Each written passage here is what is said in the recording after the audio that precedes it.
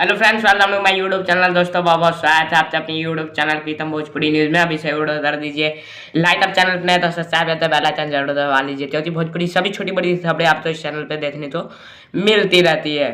तो सब्सक्राइब याद से कीजिएगा।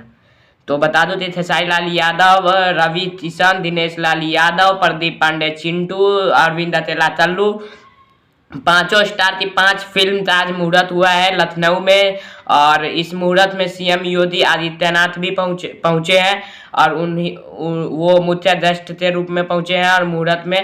और रवि किशन का फिल्म का नाम है हिंदुत्व, खेसारी लाल यादव के फिल्म का नाम है वास्तव, और वास्तव का फर्स्ट लुक भी आप अपने स्क्रीन पर देख सकते हैं। और अरविंद अकेला चल्लू के फिल्म का नाम है दोस्तों जाने मन 2, और प्रदीप पांडे चिंटू के फिल्म का नाम है सन्यासी। जी हाँ दोस्तों, सन्यासी। और दिनेश लाल यादव जुगली स्टार फिल्म के नाम है फसल। जी हाँ दोस्तों, फसल, जो कि काफ़ी किसानों के लिए अच्छा नाम है और किसान के लिए प्यारी मूवी होने वाली है। तो जय हिंद जय भारत। और खेसारी लाल यादव का ये फर्स्ट लुक आप लोग कितना बेचैन और बेताब कर रहा है इस फिल्म के लिए, कमेंट में जरूर बताइएगा। जय हिंद जय भारत।